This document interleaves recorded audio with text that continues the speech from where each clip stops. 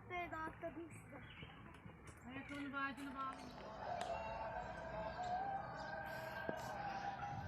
Anne o kanguru değilmiş, valabiymiş. Öyle öyle. Mesafe kuralına uyun. Maskesiz dolaşmayın. Onun... Buraya gel.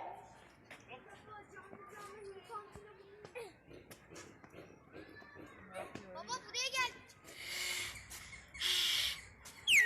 Bu da çekmiyor. Gel anneciğim. Gel kuzum.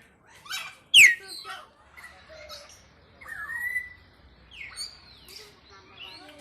Tamam gitmiyoruz. Susmazsan çıkarız.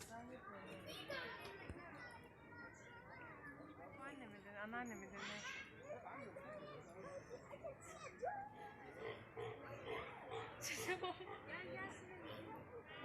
Şunu gördün mü? Aman Allah'ım. Çıksa içeriden çıkmadı Nazlı. Sırtlan. Of ya. Sanki Afrika'da gibi hissediyorum. Akraba giller benim. Ver. Ağacını bağlayayım oğlum öyle olmaz. Sen orada dur. Dur. Sen indin mi orada dur dediğimi?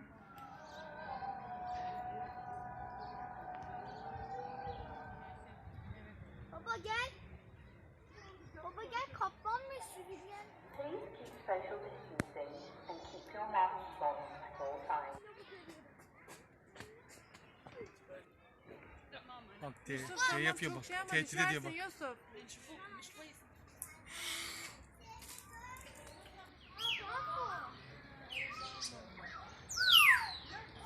Çıkarız. Hala neyi devam ettiriyorsun sen? Resmini çekeyim mi seni? Şuna bak geçen şey çok kötü. Yağmur yağıyor. Yağmur yağmaya başladı. Eyvah yandık. Yusuf da çeksene tatlını.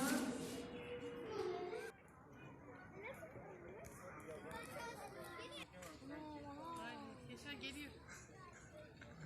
Hep aynı yerde dönüyor. 50-60. En kilosu budur değil mi?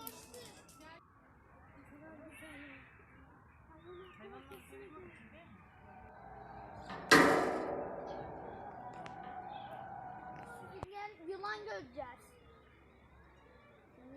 Otu bitince ne yapacaksın? Yusuf ne yapıyorsun? Yaşar.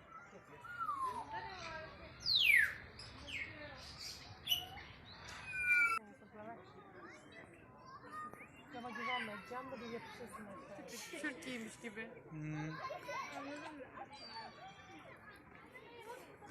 Ah, yaz yağmuru durdu. Geçer birkaç tane atacağım.